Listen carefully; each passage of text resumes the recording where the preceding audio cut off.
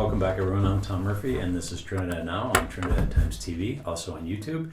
We are in beautiful downtown Trinidad in the Chappelle House, built in 1886. And today with me, we are doing our election interviews. And today with me is Tim Peters. Tim and I have known each other for a long time, unlike a couple of the other candidates I didn't know so well. So this is going to be kind of an easy conversation. So Tim, thank you for joining me today. Appreciate it. Thanks for having me. Yeah. We're going to jump right in. I haven't done many interviews in the last year or two, so I'm a little bit rusty, but I'm getting back on the bike and I'm riding again, something that you do a lot of. So, Tim, let's just jump into this. Why are you running for city council?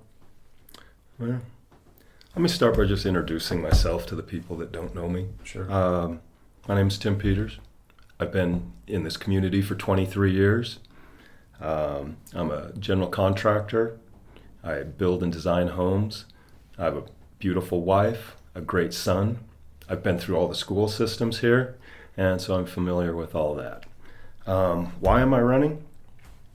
Again, I moved here 23 years ago and never looked back. I love this community. I love my friends. I'm a skier, a biker, a rider, an outdoorsman. I absolutely love our community and where we live. I'm very lucky. So I raised my son here, run my businesses here. I want Trinidad to be all that it can be. In the last few years, I've been disheartened by the state of our roads that negatively impact our safety, quality of life, and property values. Our parks and rivers have become disgusting trash dump sites with trash, feces, and needles all over. I feel like our elected officials don't listen to the citizens. When input is given, I don't think they're really listening. I want to be part of the solution that drives Trinidad to be its best. And I think I have the skill set and experience to help make that happen. I'm getting closer to retirement, so I'll be taking a slight step back, and I'm going to let my son continue to run my businesses. I will have time to devote to this position, and I look forward to volunteering to serve our community on the city council. Excellent. And you really, in that statement, you answered some of these questions, but I'm going to ask it regardless. So what is your most valuable experience you are bringing to the table, and how will this experience benefit the city? Okay. Being a general contractor and in the construction business for 40 years, 23 of those years being here, we design, budget, engineer, and build projects. This entails problem solving on a daily basis, making adjustments on the fly, staying within budget, resolving conflicts as they arise.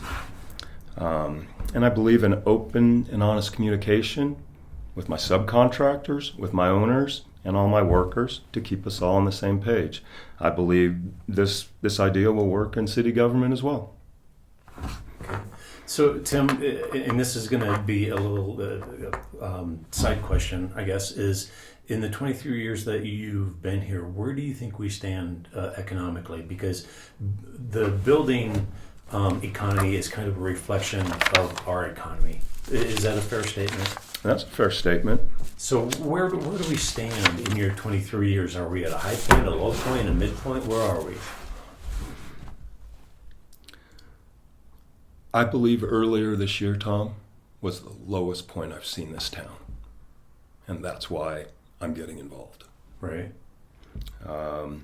I believe our economy is based on how clean, safe, and attractive we keep our town. We need to take more pride in our town, and I believe we can do better. We're definitely reliant on many pieces of the puzzle. It's not one business going to save us. It's not one event. There's going to be multiple events that are going to help us economically. Right. I believe in the decades to come, cycling tourism could be a major positive economic impact on our community. because of our geological location with Fisher's Peak, the lake, all the mountains, and the open areas we have to ride, I believe we are in a golden position to take advantage of the opportunity and to offer world-class cycling events and experiences here in town. And we have one coming up. We have one coming up, and we should run with this kind of event because, again, it's going to be a major piece of the puzzle in the future. So you're a writer yourself. So Yes. you're not talking about something that's abstract to you. This is concrete. You ride. I've been riding my whole life. Okay. Yes. Are you a competitive rider? Too old now. I think they have different age groups. And, you haven't aged out of that yet. You know what? I was actually registered to ride in the RAD. Uh-huh.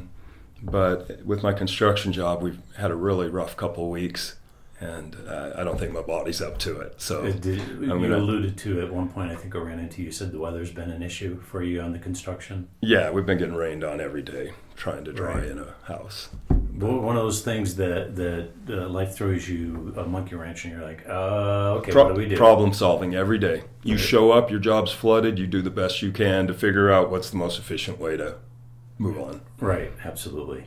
Good deal. Okay, moving on. How will you balance the needs of all constituents, including longtime residents, transplants, working class adults, families, ranchers, and farmers, and others? You know, Tom, I've heard you ask that question before, and I really don't understand it because I believe the basics are good for everybody. Right. I don't know how to pick out another group, one group or another. I mean, if we do the basics, it's going to be good for everybody. Tim, in my experience here, and again, this is more of a side question, is there are some in Trinidad that they like to say that they are fifth generation or whatever, and they're somewhat entitled, and so that's the basis of the question. And then we have people that are new to town. In doing this for a lot of years, we had a previous elected official that said we're all the same, but then you have groups that try to portion it off and say we're more entitled. That's the basis of the question, I would say. Right. And they'll come to you and it's like, you got to understand, I've been here for 5 generations, Tim. You need to do this. That's where I'm going with this. I think my answer is the same. Okay. Our basic services are going to be good for everybody. Right. We can't neglect one group over another. I just don't understand that or see it. Right. And some people, there was an issue 2-3 years ago, with religious or some social media and stuff like that they played that card. So there are, from my experience, there are definitely some people that will use whatever their partisan issue is, to try to influence. So, I mean, you've answered it, but I'm just trying to say that's the clarity of my question is, that's why I'm asking it, because I've seen it, where people, it's like, no, I should be given, a little bit more latitude because of, my long-term whatever. So that's where I'm going with that. So. No, I've thought hard about that question, but I just keep coming back to what's Same good. thing. What's good for one is good for all. Good. Okay. All right. So next question: how will you deal with inner council conflicts? And there are council citizen conflicts, which I think we just addressed. And what does conflict resolution look like to you?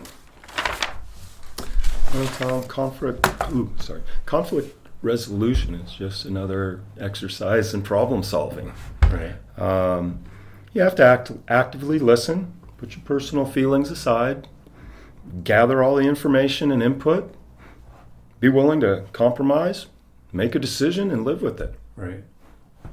And through my years, I've seen some personality conflicts or difference of opinion on council. Mm-hmm. How do you think you'd handle that?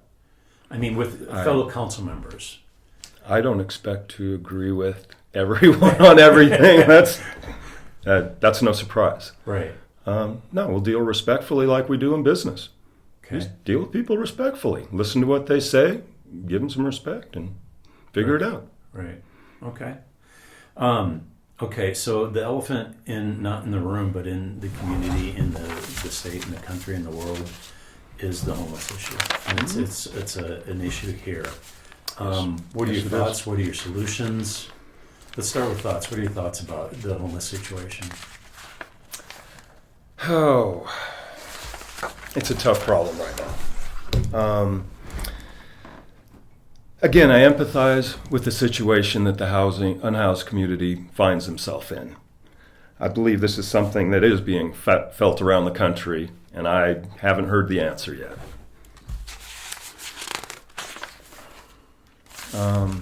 I don't think there's one plan size that fits all.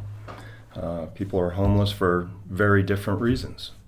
For those people that want help, I think we should try to get it to them. The only issue is we don't have the resources that big cities have, and likely won't be getting any significant amount of money in the near future. We should help people get help, whether it's get them to home, get them to a mental place, or a drug rehab facility. But again, Tom, we do not have those resources here in Trinidad and Los Animas County. Right.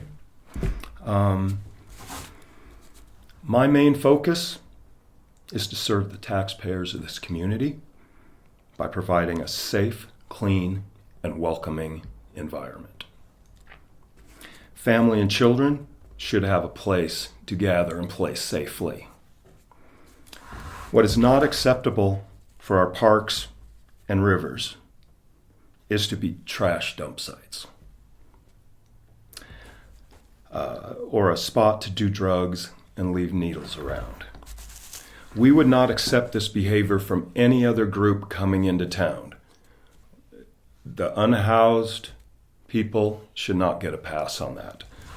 We all need to respect our common places and abide by the ordinances that are in place. So let me dig a little bit deeper. What's your thought on the camping ban that they put in place recently? I love the camping ban. I believe it should have been done a year ago. Okay. What about, and I'm going to keep digging just a little bit farther. What about a designated area that's not, a mile or 2 or 3 out of town that they probably wouldn't, go to anyway? What about in town, finding a place? Well, we thought about this for a long time. Then I heard what happened in Alamosa. They made a safe place in Alamosa for the unhoused to be, but then Alamosa got overrun. The whole camp got overrun and got out of control, and they had unhoused coming from hundreds of miles around. Right. So I liked the idea initially, but then when I heard about Alamosa, I said, oh, that's not going to work. I didn't know that. That's interesting.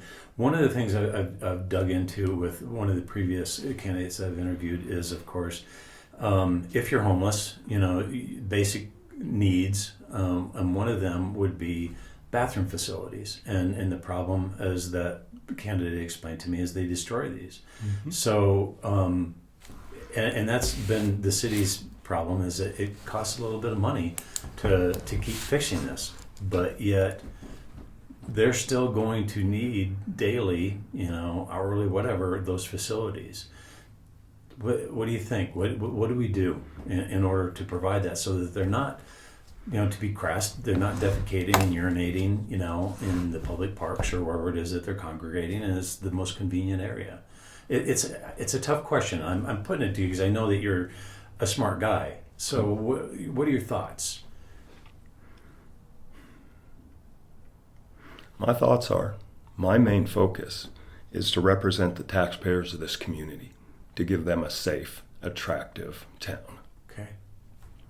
I dig a little bit Go deeper ahead. because we've known each other for a while. So it's all good. It's a little bit easier when okay. You've known somebody for a little while. So people are like, well, he didn't ask the other people these questions. And again, everybody, I'm trying to ask mostly the same questions, but with people, that's fine. We're gonna veer off just a little bit. It's all right. I just want to dig a little bit. So, all right. So we're gonna move on. I think we've explored that enough. Okay. So, what does government transparency mean to you? Government transparency means that if we have questions, we'd like information that we could ask our elected officials or our city councils, and we should be able to get information. Most of us work in our construction jobs, newspaper jobs, TV jobs, and we don't know where to get that information.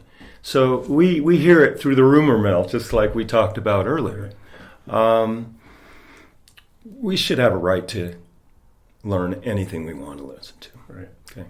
That being said, I've been before city council and talking 5, 6, 7, 8 times through the years.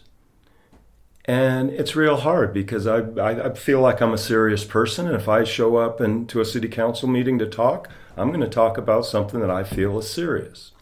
I've spoken to city council. They don't answer a question. You're looking, it's almost like you're talking and they just don't care.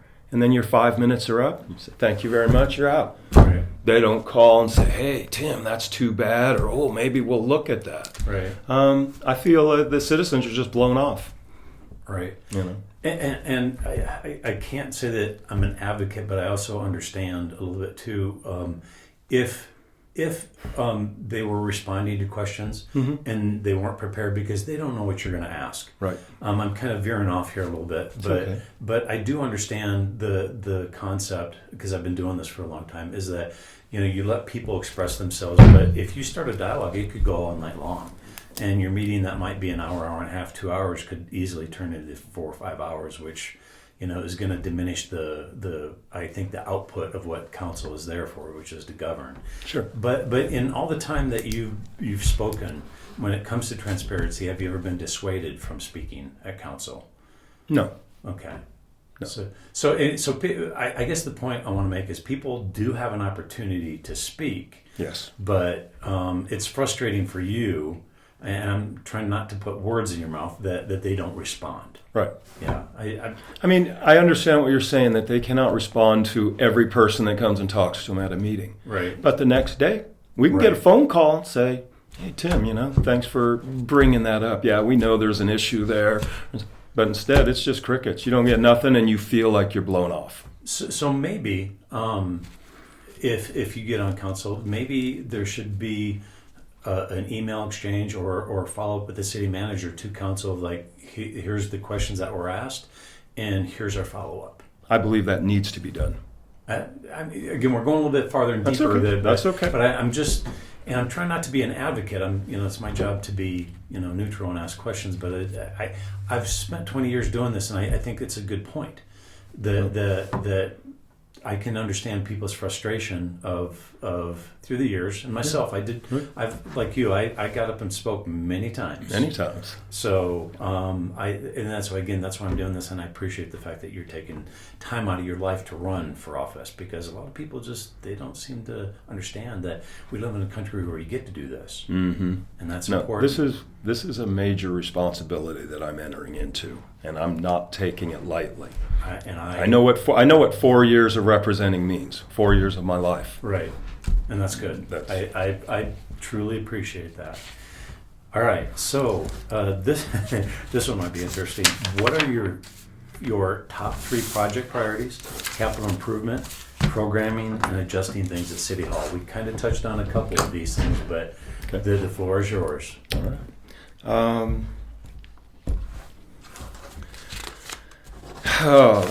That's a good one.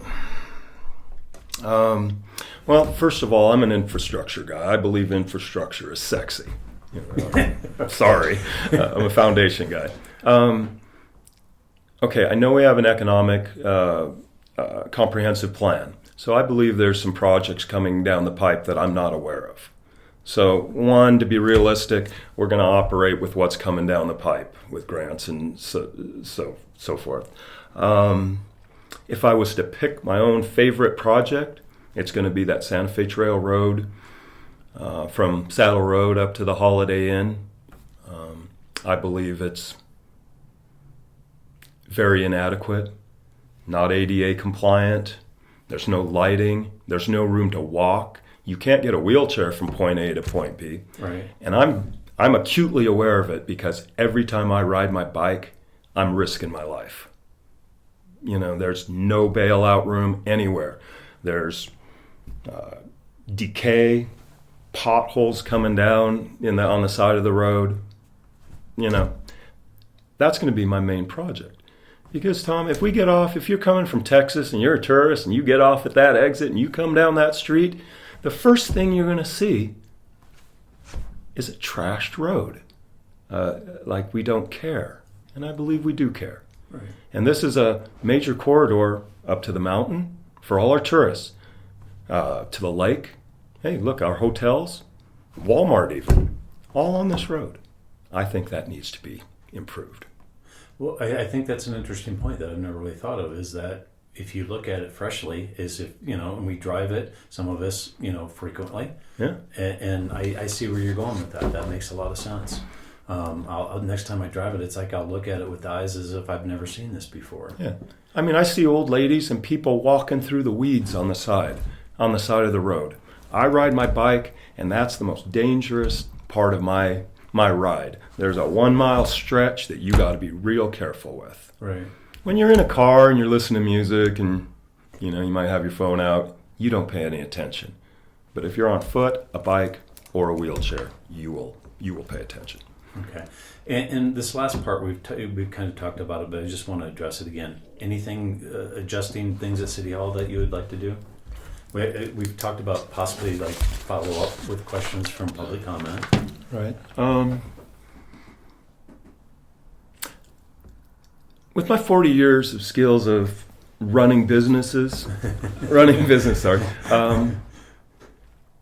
I believe I can use that experience to make things a little bit more efficient. Maybe kind of efficiency, project management. That's what I'm going to bring to the table on all of those projects. On our capital projects, I can look at budgets, I can look at plans, I can look at the engineering, I can see it, I understand it, and I know how long it should take, and I know how budgets work. Okay. So I'm going to bring that to the table. Okay. Excellent. One more question, and then we're going to take a short break. As I told you before we started, we would. And because you haven't been on council, and you alluded to this a little bit, but how do you see City Council helping to secure proper funding for the city to address its infrastructure needs, programming needs, and special projects? You've talked about the grants and things that are already in place. Mm-hmm. So, I mean, we're going to do. I guess let me go a little bit farther. We're going to put another ballot initiative on for capital improvements. Okay. You in favor of that? I'd need more information before I make a decision. Okay. All right. Well, there has been one on for many years. So okay. we have I think it's a 1 cent on the sales tax that has been for capital improvements. That's been on for a very long time. Right. And I should know that, but I don't right now. So, but certainly you're in favor of securing outside sources. And, absolutely. And addressing. Absolutely. I believe grant funding is most important. We also need to manage those grants better when we get them. We need to remember that this is taxpayer money, and they're available to us, so we need to take advantage of and use them efficiently. Right. What about maybe being a little bit more transparent as far as here's what we've secured, here's the timeline of what we need to do. In this time frame, we've gotten this $1 million grant, and we have 2 years to spend it. Mm-hmm. What about maybe putting that? And I'm trying not to put words in your mouth, but what about maybe putting that on the website? And making sure that people are aware of what's been secured and what's being followed up on. Absolutely. I've been asking those same questions to myself for the last year, and I didn't really know where to get the answers. Okay. But yes, I'm going to educate myself on this. I'm trying not to put words in your mouth. So, But Tom, here, it comes down to focus on the effective project management. We're getting all these grants, but I'm hearing all these stories that, we're losing grants because somebody didn't perform, or we weren't on the timeline and we're losing major money. Right. That's wrong, and that's what I want to look at as well. And that's from conversations that I've had before. That's why I brought that up. Okay. I know that's something that you're passionate about. Sure. Again, not trying to put words in your mouth, but I know because it's a small town, we all know each other. Right. Most of us, and so that's why I'm bringing that up. But we're going to do what I told you earlier. We're going to take a short break, and let you get a drink of water and breathe for a minute. All right. All right. Thank you. Ladies and gentlemen, I'm Tom Murphy. This is Trinidad Now. We're in beautiful downtown Trinidad in the Chappelle House, a historic building located in the historic district of Trinidad. We're going to take a break and we'll be back in a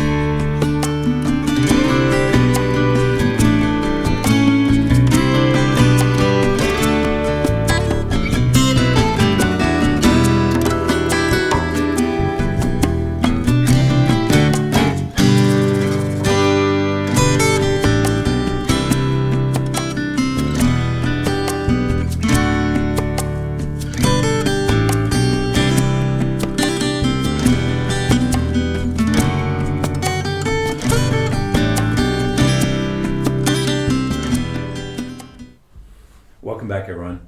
Tom Murphy, this is Trinidad Now. I'm with City Council candidate Tim Peters down here in beautiful downtown Trinidad in the Chappelle House. Tim, thank you again. We're going to keep Thanks moving for on. having me. Tim, what do you see as the future of Trinidad's economy, and what steps would you take to move the city towards that goal during your first 4 years in council? And I know you've touched on some of this, but we're just going to rehash it. Okay. I think it comes down to the same thing. It's going to be based on how clean, safe, and attractive we keep our town. Just saying. If I was a business owner looking to relocate, first thing I'm looking for in a new town, clean, safe, and attractive. Right. So maybe earlier this year, if I was a prospective business ready to move here, and I took a look at what was going on down there on the river in the park, I would not move a business here, Right. period. And that's sad. So as far as the economy, though, what are your thoughts on the peak and the tourism and all our other resources? Well, I believe in the decades to come, cycling tourism could provide a major positive economic impact to our community. Because of our geographical locations and mountains, we are in a golden place to get world-class biking experiences. I believe that is one of the pieces of the economic puzzle. Yeah, you know me. I absolutely love the outdoors. I love our river. It needs to be protected at all costs. Our river and the river walk, and Chimino Park, that area needs to be protected and kept clean and safe at all costs, I believe. So a little bit more on the biking. There's different types of biking, and we have 1,600 miles of county roads here. Mm-hmm. So would it be more of the rural type of biking, that like what they're doing here with the Rad Fest, where they go out and they bike around the the rural roads. Is that what you're looking at? Yeah, that's one thing. I mean, just personally, when I take off, depending on what kind of mood I'm in, Right. I might take my mountain bike and climb to the top of Fisher's Peak on the trails we have there. And there's a bunch of mountain bikers out there. That's one piece of the puzzle. But we also have the roads, the gravel bike roads, the road bike roads. I think we have it right here in our town, and I think we need to run with it and take advantage of it. Okay. I think yesterday I was talking to somebody, and we looked it up. Cycling is a $15 billion industry in the United States alone and going up every year. Okay. Why not? Why not take advantage of that Right. economically and for the fun of it? And for the fun of it and the quality of life in Trinidad, we're going to take advantage of that. Because I'm at a lot of meetings, Tim, have you heard anything or know about how some of the ranchers and the farmers are like, wait a minute, they're interfering, with my cattle or my peace of mind. I've moved to the country to live in the country and not have 100 bicyclists ride by. What are your thoughts? And this is a little side question that I don't think I asked anyone else. Okay, as you know, I lived upriver for Long time. 18 years, whatever. And I've talked to those guys that you're talking, the old ranchers, the old guys who got their thing. And I used to be the only guy that would ride their bike up to the wildlife reserve. Mm-hmm. And they'd all laugh, and we see them at parties. But now there's bikers everywhere on these roads, and they don't like it. But you know what? Hey, life changes. Everything changes. They're county roads. They're so beautiful. I was so fortunate to ride those bikes, those trails for 20 years that I can't blame it if other people come and want to. Right. I think we have fabulous community here. We need to get out in the mountains. We do. But there's a lot of it's always when a project comes up, there's always somebody that's like, not in my backyard. And that's kind of the issue, I think, with biking is it's like some people are like, hey, this is great, and then all of a sudden somebody's like, wait a minute, you're disturbing my peace. So there's always somebody that's like, not in my backyard. So essentially we would probably get anything done if everybody just like don't put that power line by me. I don't want it, but I need power. Right. So I don't know. I think the cycling industry is so clean and unobtrusive. Right. Bikers come in, they go to our restaurants, they'll spend the night at a hotel, then they ride a bike, boom, they're gone. Right. They don't leave any trash. There's no community cleanup after these people. They're coming, they're going to spend their money, and they're going to enjoy Trinidad, and hopefully they tell their friends and come back. Yeah. I that's the whole thing is we have 10, 12 million people driving by every day, and people are like, wish the economy is stronger, but we need to do things to build the economy up, and certainly cycling would be one of those things. You know what, Tom? I'm going to go off on a little tangent here. While I was studying and looking all this stuff up, I thought about economic development a lot. And what was it, maybe 23 years ago? I said, well, Trinidad's going to be a gold mine one of these days. Right. And, we're all waiting for somebody to help us, fix us, whatever. And now here I am 23 years later, and I look back, and I'm saying we're living it right now. Right. We are living the gold mine right now. We have the most perfect town.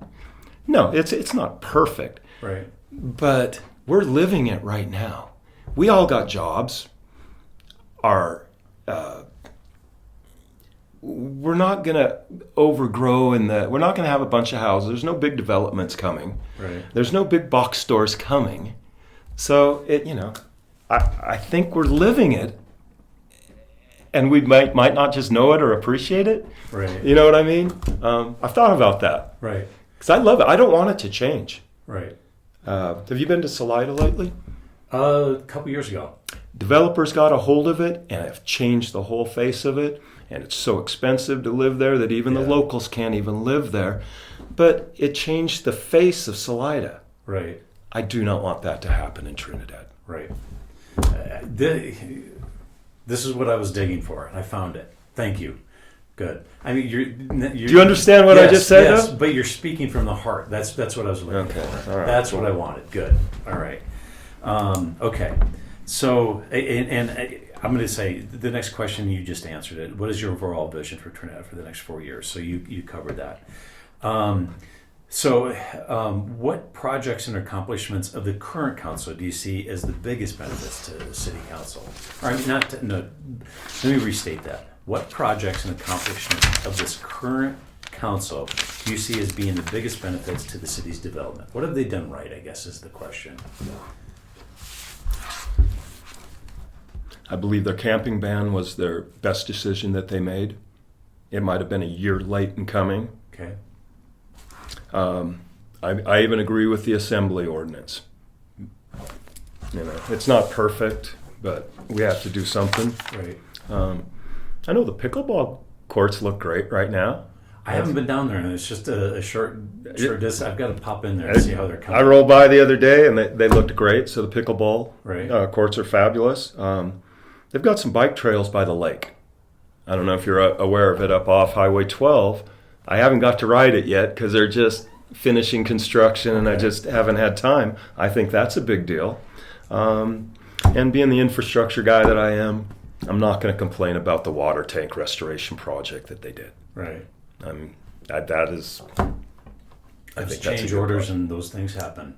Okay, but with more effective management, maybe we don't get the change orders like we do now on every single project. Yeah. Well, or minimize them at least. I haven't done nearly the construction that you have, but I've done some projects and never has it come in. Well, actually, I did one on time and one on budget. We try. It's always planned for that something will come up. That happens. So that's good to know. It always does. Okay, we're going to go into the last portion of this, and this is a little bit more personal about you. Is what is your biggest success in life, Tim? My son. Okay, that's okay. But I'm not going to compare that to a job or making money or doing that. I mean, no. You're following. My son has been my biggest success. We're very fortunate. He's a great kid, and I love him to death, just like all parents love their kids. And he's here working with you, right? And he's here working. Yeah. And so, as my tech guy that's sitting off to the side here that people can't see. There you go. Thing. So, this is a little bit harder question. The opposite of success is Tim. What's your biggest failure in life?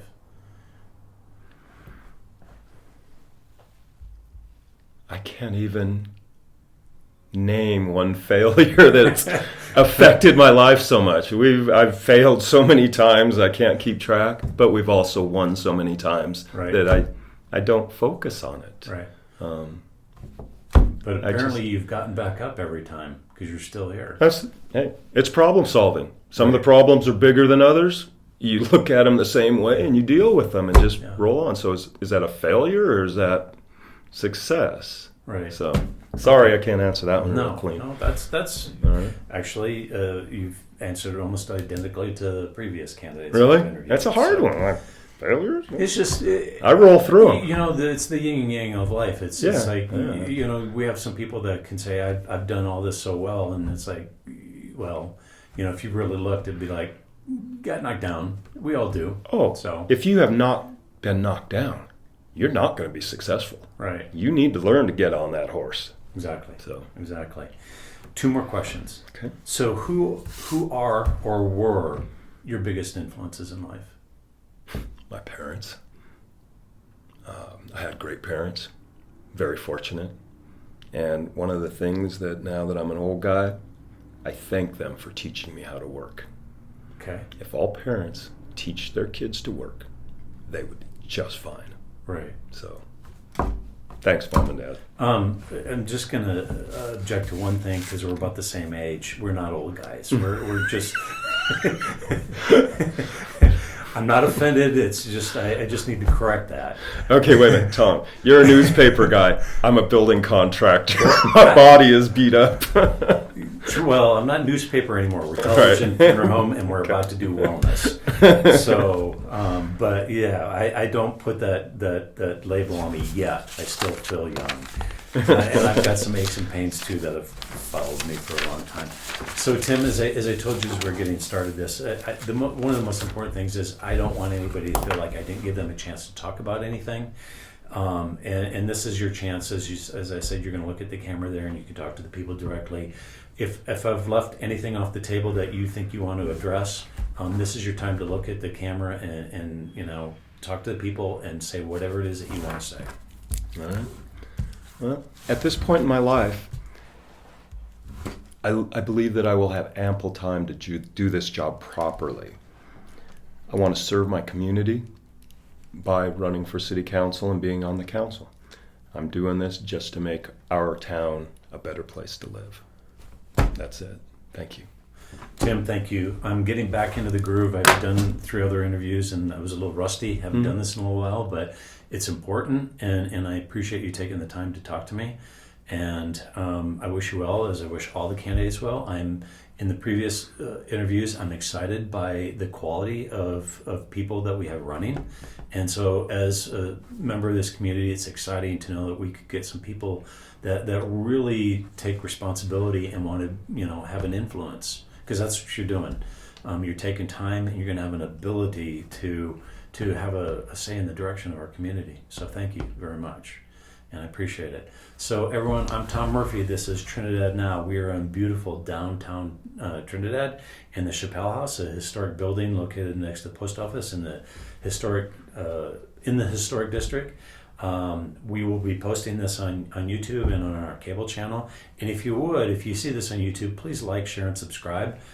We have been at this since 2011, and we are growing slowly but surely.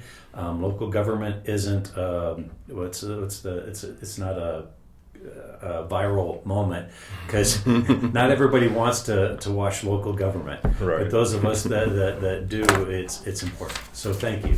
And we'll be interviewing the rest of the candidates here soon, and we'll get it posted. Actually, by the time you see this, it is posted. Thank you.